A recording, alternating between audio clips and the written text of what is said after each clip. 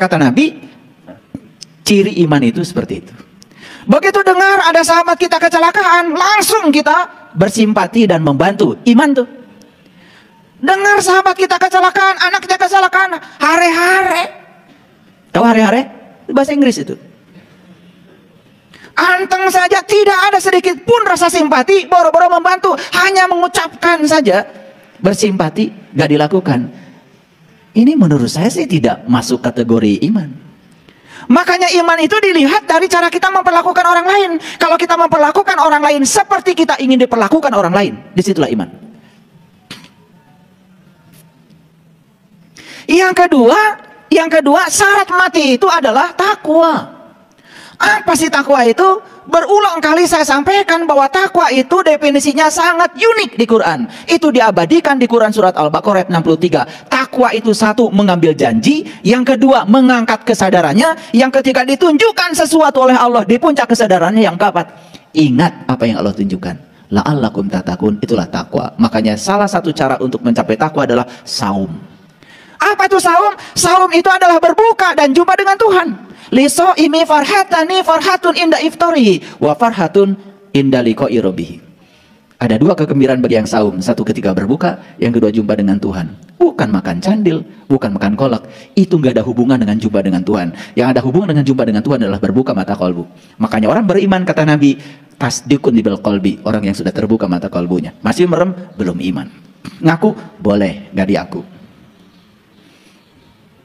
Nah, yang ketiga syarat mati kata Allah adalah la tamutunna illa wa antum muslimun. Janganlah kamu mati kecuali sudah menjadi muslim. Nah, muslim ini bukan sebutan bagi orang yang mengaku di depan Pak RT agamanya tertentu. Pak RT, saya mau bikin KTP. Bangga? Nami? Jubaidah? Tanpa tanggal lahir? Pekerjaan? Agama, Pak RT? Islam, Pak RT?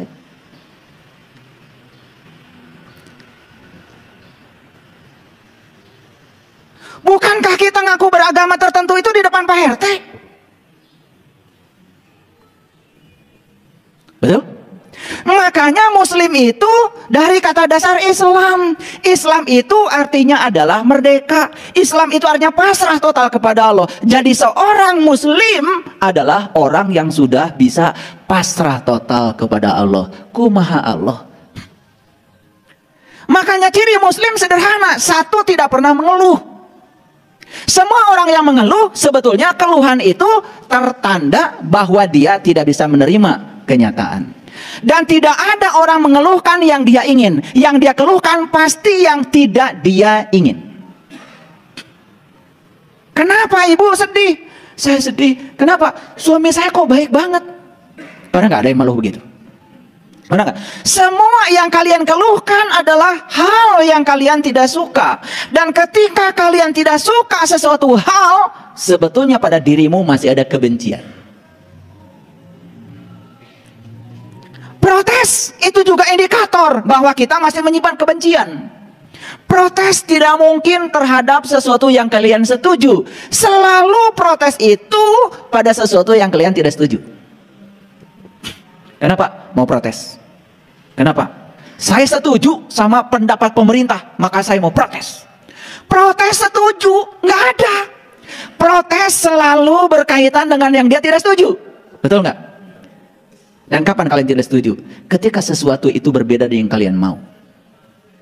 Dan selalu saja kalian ingin segala sesuatu seperti yang kalian mau. Itu memaksakan pendapat. Dan jelas dalam dirimu ada kebencian. Nah, ketika kita melekat pada kebencian, itulah yang namanya kegelapan. Makanya syarat mati menjadi 3. 1, jadi orang beriman. 2, ngejalanin takwa. Yang ketiga, jangan mati kecuali sudah pasrah total kepada Allah.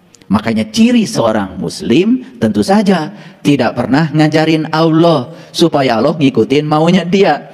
Justru dia ngajarin dirinya sendiri untuk tunduk patuh kepada kehendak Allah. Clear? Oke. Tanya sekarang, saya berhak gak mengaku muslim? Kalau yang kau lakukan setiap hari adalah ngatur-ngatur Allah supaya Allah ngikuti kahayang maneh, Dan kalau Allah tidak ngikutin kahayang maneh, protes, mengeluh, gak layak Anda disebut muslim. Hasil akhirnya jika uji. Kenapa dia masuk ke tubuh itu? Karena saat kematian itu dia tidak bisa menerima apa yang terjadi. Dia mengeluh, dia protes, dia keluhkan semua kebenciannya. Kesadaran terakhir saat dia mati menjadi kesadaran awal saat dia datang lagi ke semesta ini. Datang ke sini sudah beda casingnya, bukan casing yang dulu lagi. Itulah yang disebut dengan neraka. Oke, baik. Jadi siapa kalau itu muslim itu? Muslim itu adalah orang yang sudah membebaskan diri dari kemelekatan. Apa? Nah, manusia ini melekat cuma dua. Catat. Manusia ini melekat cuma dua. Satu melekat pada harta, dua melekat pada diri. Nah, diri juga ada dua. Satu diri yang asli, dua diri yang palsu. Yang berbahaya ketika dia melekat pada diri palsunya. Siapa diri palsu itu? Diri palsu itu adalah diri yang sedang dikendalikan oleh pikiran yang penuh dengan kegelapan. Dan minggu yang lalu sudah saya jelaskan, pikiran yang penuh dengan kegelapan itulah setan. Jadi setan bukan entitas yang di luar dirimu. Makanya setan selalu berbisik kepadamu. Yang dibisiki oleh pikiran yang tidak sadar adalah kesadaranmu. Kesadaran dibisiki oleh pikiran yang tidak sadar. Saat mengikuti, berarti kamu mengikuti syaitan. Syaitan itu adalah pikiran yang tidak sadar. Paham sampai sini? Ulangi lagi. Ulangi lagi. Jadi kemelekatan manusia itu cuma dua. Satu melekat pada harta. Yang kedua melekat pada diri. Diri yang mana? Diri yang palsu. Yang disebut dengan ego. Nah, ego ada dua. Satu yang bernama keserakahan. Dua yang bernama kebencian.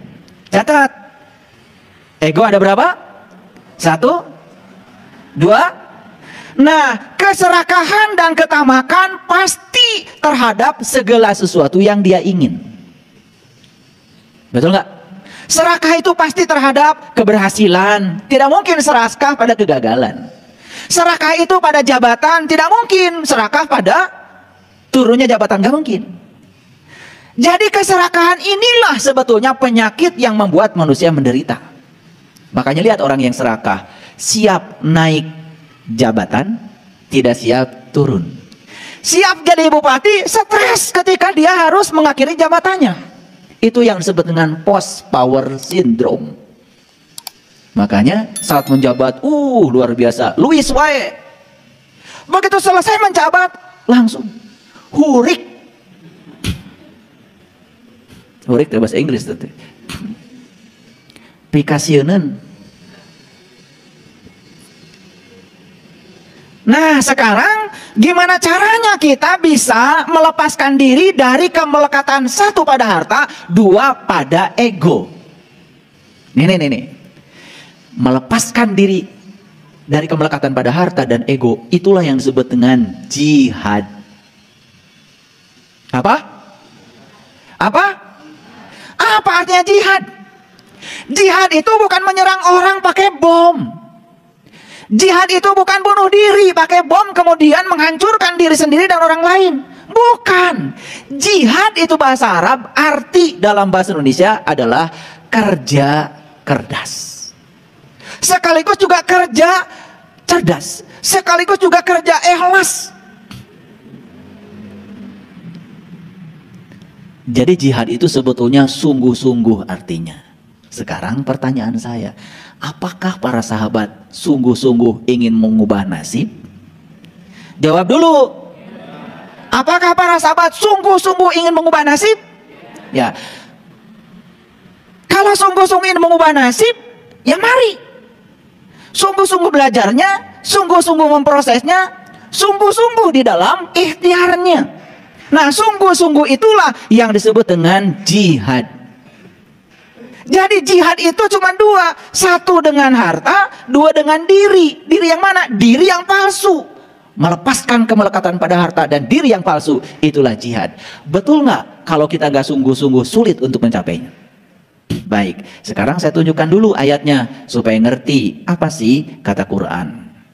Saya akan tunjukkan pertama Quran surat Al-Baqarah dulu deh.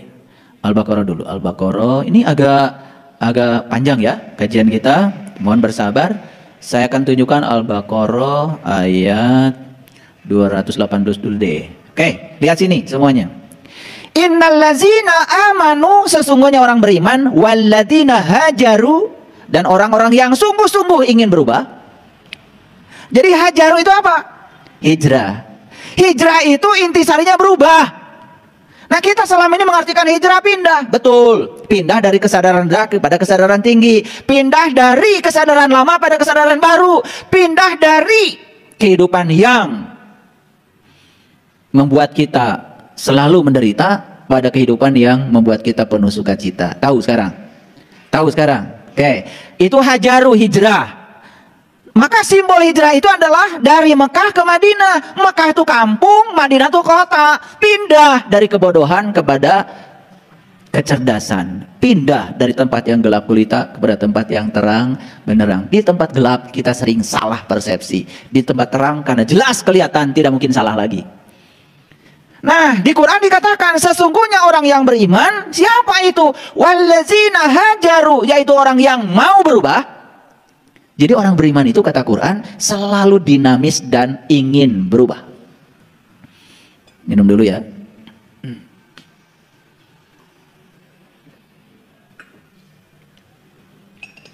Baik. Innallazina amanu walladzina hajaru wajahadu, dan sungguh-sungguh ingin berubahnya. Fisabilillah, di jalan Allah. Sabil itu jalan besar. Kalau jalan kecil namanya torik. Jadi torik itu jalan kecil.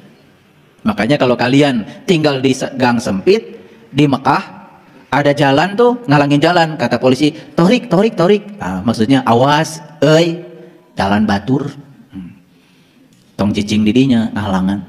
Makanya karena mereka tidak bisa pakai bahasa seperti saya, cukup mereka torik. Ada juga yang sombong, wah katanya polisi itu tahu kalau saya ahli torikot. Jeksa mana yang halangan jalan batur. Makanya jalan kecil disebutnya torik, jalan besar disebutnya sabil. Jadi berjalan menuju Allah itu harus pakai jalan besar, jalan bebas hambatan. Terus terang? Sudah tahu? Jalan besar yang diajarkan oleh Quran namanya jalan Shiratal Mustaqim. Dan Shiratal Mustaqim adalah jalannya orang yang diberi nikmat. Nikmat terbesar adalah jumpa dengan Allah. Maka siapa yang sudah tahu cara untuk meniti ke dalam diri, untuk berjumpa dengan jati dirinya, dia sudah ketemu dengan sabilillah. Itu jalan besar, bebas hambatan. Nanya, makanya kata Allah sesungguhnya orang beriman itu adalah orang yang ingin berubah dan sungguh-sungguh ingin berubahnya, maka dia akan berada di jalan besar menuju Allah. Paham? Oke, pertanyaan saya, sungguh-sungguh ingin berubah? Oke, sekarang saya lanjutkan. Itu Quran surat Al-Baqarah ayat 218.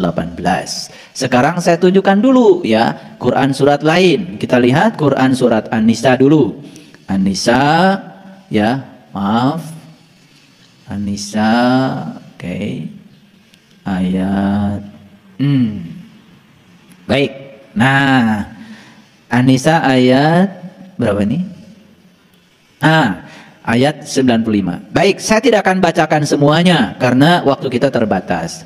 Di sini dikatakan ya, la yastawil qa'iduna minal mu'minin ghairu ulid dorori wal mujahiduna fi sabilillah bi amwalihim wa anfusihim. Disinilah dijelaskan bahwa ciri orang yang berjihad di jalan Allah itu dua. Satu, melepaskan kemelekatan pada harta. Dua, melepaskan kemelekatan pada diri palsu yang bernama ego. Berarti melepaskan pada apa? Keserakahan pada yang dia ingin, dan melepaskan kebencian pada yang dia tidak ingin. Sudah bisa begitu?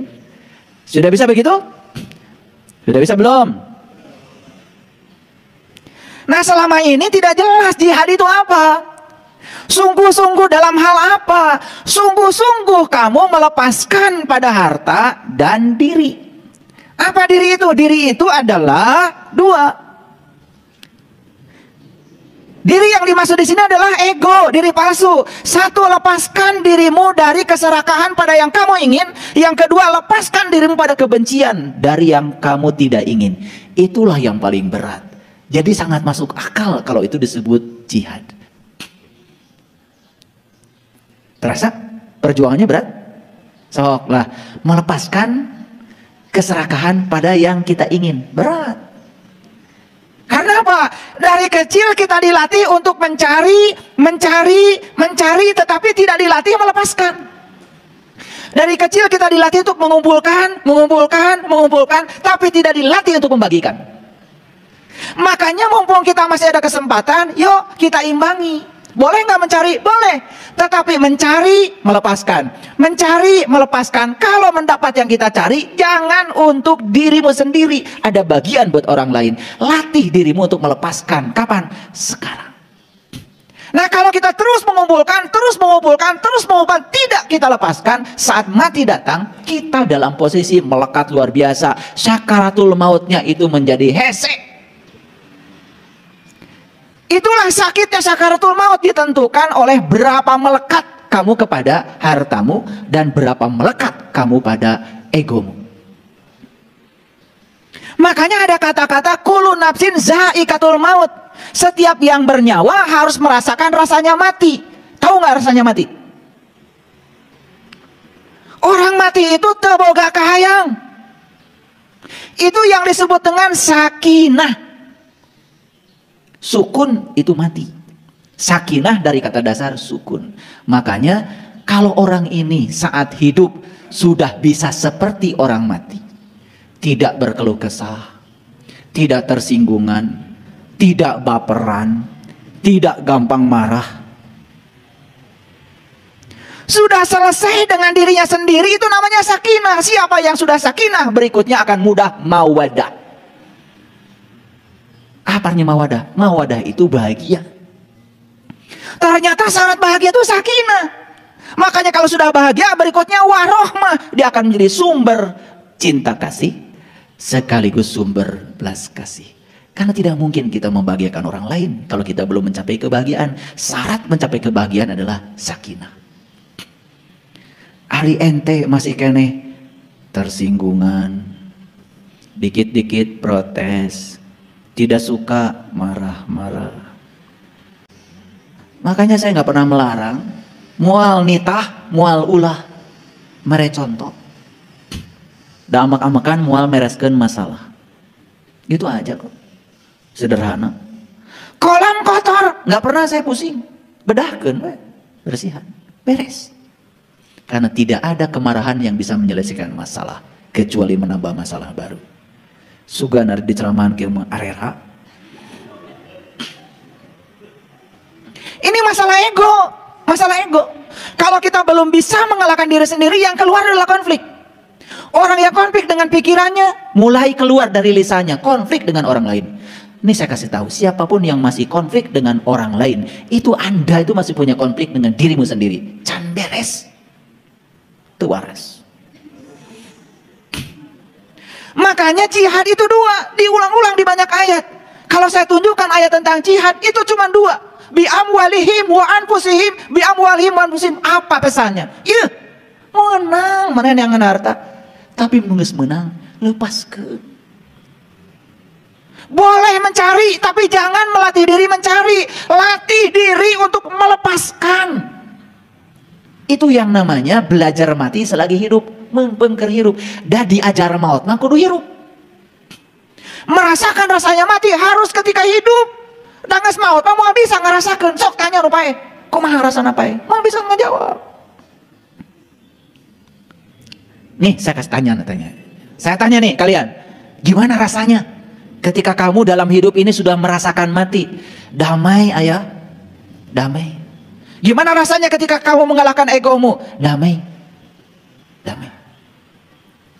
So, praktekkan. Belajar dengan saya bukan membicarakan kebaikan, melakukan. Jangan jadi kolektor ilmu, gak perlu banyak ilmu. Yang penting rubah. Hijrah. Tiap tahun baru hijrah, karnaval. Beringkar itu, beringkar di terobah. Sekarang karnavalnya dengan akhlak, karnavalnya dengan perubahan. Lain dangdan wungkul. Paham ya? Paham apa tidak? Baik. Jadi Allah mengatakan baca kitabmu, baca kitabmu, baca kitabmu. Buat apa? Setelah kamu tahu ada data karma apa di dalam tubuhmu, kamu tahu bagaimana cara mengubah nasibmu. Jadi selama ini kalian kenapa tidak bisa mengubah nasib? Karena belum tahu cara membaca data karma di tubuh. Lamun teu bisa, sok minta tolong. Kanu bisa. Tapi saya akan bacakan 95%. Kalau saya bacakan tahun sekian mati. Stres, nambah stres. Jadi nggak akan saya bacakan walaupun saya tahu. Nah, jadi sekarang jelas apa yang harus kita lepaskan. 1, amwal, harta. 2, diri, anfus. Diri yang mana? Diri yang palsu. Diri yang dikendalikan oleh pikiran. Kalau diri yang sudah asli, diri yang sudah dikendalikan oleh kesadaran, tidak mungkin ego. Dan kudu diomen teh ieu. Cuman selama ini kan gak jelas. Jihad. Kunaon? Harta jeung diri teu naon maot oge. Allah mah tidak nyuruh kita mati. Allah itu menyuruh kita belajar mati dalam hidup. Gitu. Sing bisa nganjang ka bageto. Mati sajroning urip, belajar mati selagi hidup. Apa hasilnya kalau sudah sakinah? Mawadah. Kalau sudah mawadah, warahmah. Nah kita ini kalau ngomong sakinah, mawadah, warahmah, lamun anu kawin.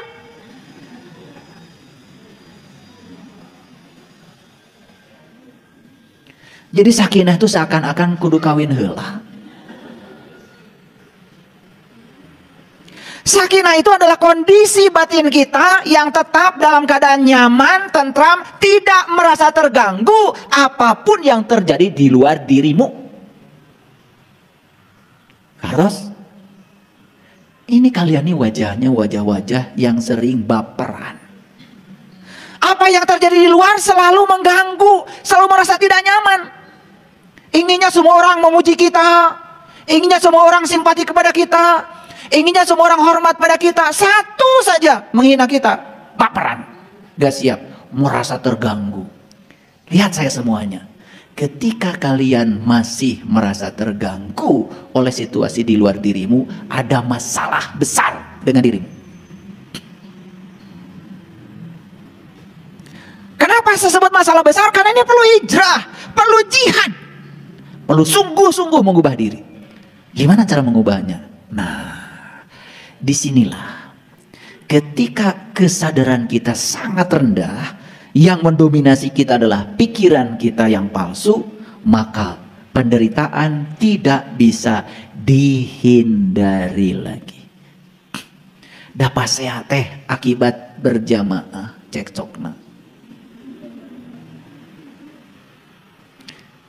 Saya perbolehkan kalian cekcok, tapi saurang-saurang.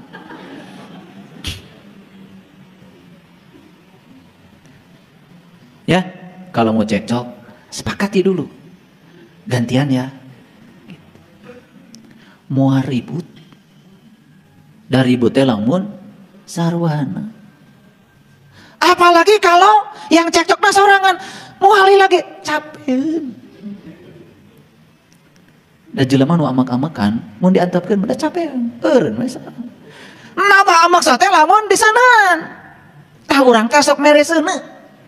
Padahal sudah belajar dalam hidup, seuneu mah ngan bisa paena ku cai. Nu hiji seuneu, nu hiji kudu dijadi cai. Iya menu hiji seuneu, nu hiji seuneu deui. Jadi bisa dibaca para sahabat. Saya bisa tunjukkan dari ujung sana sampai ujung sini, kalian itu dominannya apa sebetulnya? Air, api, udara, tanah. Bisa ayeuna ge kabaca. Ngan kudu mayar. Tong hayang gratis wae atuh. Jadi unsur dominannya kita tuh apa? Ada yang unsur dominannya api, saya tahu. Ada yang unsur dominannya air, saya tahu. Yang unsur dominannya tanah, saya tahu. Yang unsur dominannya udara, saya tahu. Tahu. Karena itu data yang kalian bawa tersimpan di tubuhmu, tersimpan, bisa dibaca, gampang.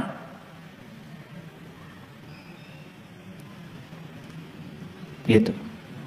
Nanti kalau mau dibacakan oleh saya, daftar dulu. Ya, nanti daftar sama anak saya yang paling besar, biar dikoleksi dulu datanya. Ya, daftar sama Teh Putri, cari nomor teleponnya jadi grup. Kalau belum tahu catat nomornya, 0812 14 34 5858. Catat boleh. Antri. Karena apa? Biar fokus perubahan nasibnya. Selama ini kita mengubah nasib itu sembrono, gak fokus. Karena kita juga tidak pernah menganalisis sebetulnya kesalahan saya di mana. Karma yang harus saya selesaikan dalam hidup ini apa? Padahal udah jelas, cuman tidak bisa baca. Ngenteng mah mineng. Ayo ngeboroman pipi.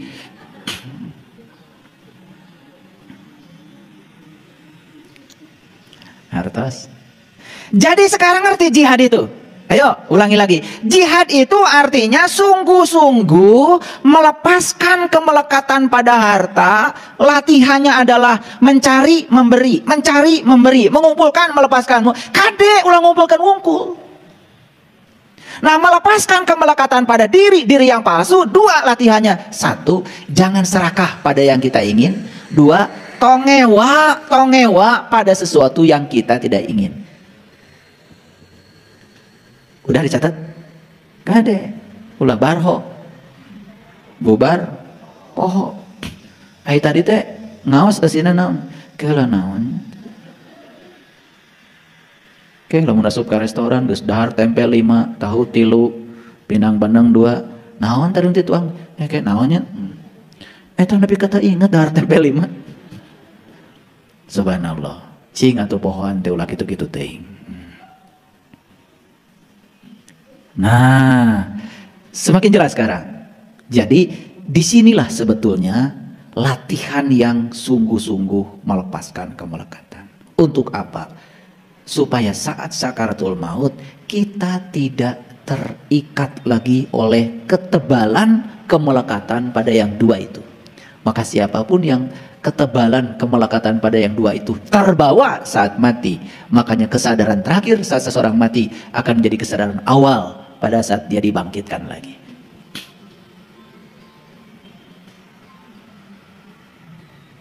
Itu. Nah, sekarang kita lihat ayat lain. Ya, saya mau tunjukkan karena ayatnya banyak, tentu saja saya tidak menunjukkan semuanya, tetapi inti-intinya saja. Kita lihat surat yang ke-29 ayat yang ke-6. Nah, lihat saya. Wa man jahada fa innama yujahidu li nafsi. Barang siapa yang berjihad, nah sayang sekali di terjemahan yang ada itu kata jihad jarang diterjemahkan. Lalu dipersepsi jihad itu seperti kebanyakan orang. Jihad itu jadi menyerang orang. Jihad itu menyakiti orang lain yang berbeda keyakinan dengan kita. Itu salah kaprah itu tentang jihad. Jadi jihad sendiri artinya adalah sungguh-sungguh. Perhatikan saya. Jadi barang siapa yang sungguh-sungguh, ya, maka kesungguhan itu sesungguhnya fa innama yujahidu li nafsi. Kesungguhan itu bukan untuk siapa-siapa kecuali untuk dirinya sendiri. Sok sungguh-sungguh dalam hal apa? Tentu saja sungguh-sungguh dalam hal tertentu yang sudah kita tentukan. Ayo sungguh-sungguh dalam hal apa? Saya sungguh-sungguh ingin mengubah diri saya. Saya sungguh-sungguh ingin mengubah nasib saya. Ayo sungguh-sungguh. Sungguh-sungguh itu bahasa lain adalah fokus. Tidak kehilangan fokus. Makanya kemana pikiran diarahkan, ke situ energi dialirkan. Nih lihat saya.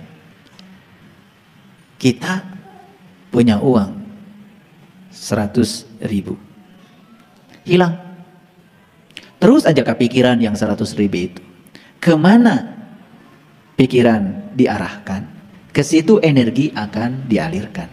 Terus mikirin yang 100.000 hilang.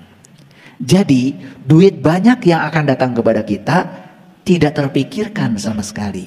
Nu 100.000 leungit, nu gede teu datang-datang. Nggak rubah nasibnya. Makanya begitu kita tidak memfokuskan pikiran pada yang 100.000, percaya bahwa Allah akan menghadirkan uang lebih banyak dari itu. Arahkan saja pikiran kepada yang lain. Di mana pintu tertutup, berarti Allah sedang membukakan pintu yang lain yang akan dibukakan. Arahkan ke situ. Di situ kedahsyatan mulai datang. Selama ini apa yang Bapak Ibu lakukan? Begitu ada kejadian yang tidak enak, fokus saja pada yang tidak enak. Ya, terus tidak enak. Karena kemana pikiran itu diarahkan, ke situ energi akan dialirkan. Habis energi hanya untuk hal yang tidak berguna. Bagaimana kita bisa mengubah keadaan kita? Nih contoh. Maaf ya, terbaca dari data karma bahwa kamu ini sebetulnya di usia sekian sampai sekian akan mengalami kesulitan yang luar biasa secara finansial. Kabaca, teteh. Kabaca. Nanti saya beritahukan deh. Nah begitu saya beritahukan bukan berarti langsung ikuti pikiran saya. Itu cuma 50% mutlaknya. 50% bisa diubah. Oh di usia sekian saya itu akan mengalami kesulitan finansial. Yes, saya akan rubah cara hidup saya. Saya akan rubah cara berpikir saya. Ternyata apa yang diramalkan berdasarkan data karma itu tidak terjadi. Di usia itu ternyata kamu tidak mengalami kesulitan finansial karena sudah diubah. Jadi pembacaan data karma itu semata-mata untuk melakukan tindakan preventif agar itu tidak terjadi.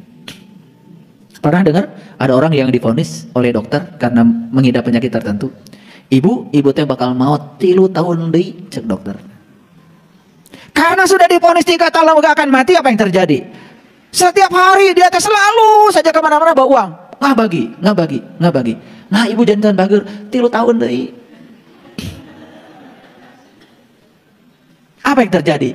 3 tahun yang divonis dokter tidak terjadi. Sampai sekarang dia masih hidup. Gara-gara dia berubah kehidupannya. Itu namanya mengubah nasib. Jadi kalau nanti dibacakan oleh saya, kemudian dapat data ini bukan untuk diyakini. Tetapi itu dijadikan sebagai landasan untuk mengubah diri. Sehingga perubahannya jadi fokus. Itu. Ada yang pernah baca saya? Karena saya punya garis-garis di sini. Dari garis wajahnya, Anda itu akan mengalami kesulitan ekonomi. Alhamdulillah. Di bejaan. Makanya saya sekolah. Saya nggak mau tinggal di kampung. Udah di bejaan. Nggak mau. Saya sekolah. Saya rubah nasib saya. Maaf. Saya pernah jadi asisten rumah tangga. Saya pernah melakukan semua jenis pekerjaan. Dan ketika saya melakukan semua jenis pekerjaan itu tidak ada keluhan. Karena sudah tahu. Ada data karma yang dibaca orang pada diri saya. Dari garis wajah saya, cenah saya teh pisusahkeun. Saya kemudian tidak memvonis diri saya. Cicing we. Kunaon cicing we? Da abdi mah jalmi sesah. Saya mau ngubah. Nah karena saya sungguh-sungguh ingin mengubah diri saya bukan mengatakan hari ini saya sudah berhasil. Bahkan uang saya sering gak laku. Kalau makan bersama, sok aya nu mangayarkeun. Makanya saya nunggu diajak makan. Ya. Saya itu nggak bisa makan misalkan di warteg, nggak bisa. Kalau ngantar istri saya ke pasar baru, kalau istri saya bisa. Ayo bakso juga naraos, makan bakso di situ, nggak bisa. Saya nungguin aja. Saya nggak bisa. Jadi saya kalau makan harus di restoran yang bersih dan mahal. Berarti kudu loba duit. Jadi ponis yang mengatakan garis wajah saya pisusaheun bisa diubah. Jadi maksud saya, ya, yang banyak garisnya dengan saya, jangan takut, bisa diubah. Jadi tidak ada nasib yang permanen. Sekalikan itu sudah terbaca sebagai data karma kita yang tersimpan dalam DNA tubuh kita, kalau kita bisa mengubahnya dan mau mengubahnya, bisa diubah. Jadi sejalanlah antara Quran dengan sains. Nah, pelajaran yang berbahaya yang sudah tertanam di kesadaran bawah sadar kita, dari kecil kita diajarkan oleh guru ngaji kita, cenah yang menentukan nasib mah Allah. Maneh mah pibeunghar. Ieu mah pisang sara. Ceksa tos diatur ku Allah di Lauh Mahfuz. Hayang kitu boga Allah nu kitu. Abdi mah da alim. Betul?